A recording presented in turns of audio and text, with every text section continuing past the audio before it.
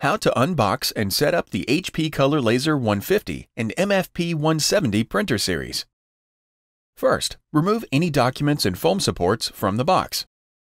Take the printer and all cables out of the box.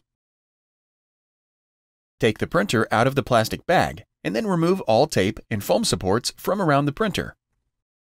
Lift the scanner lid, if your printer has one, remove the foam, and then lower the scanner lid. Open the toner cartridge access door. Remove the plastic and foam brace, and then close the door. Slide the input tray out of the printer. Remove the tape from the input tray, and then flip open the dust cover.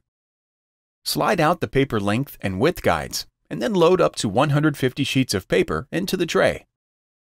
Adjust the guides so they touch the edge of the stack, and then close the dust cover. Slide the input tray into the printer. The input tray does not fully slide into the printer when paper is loaded. Plug in the printer, and it turns on automatically.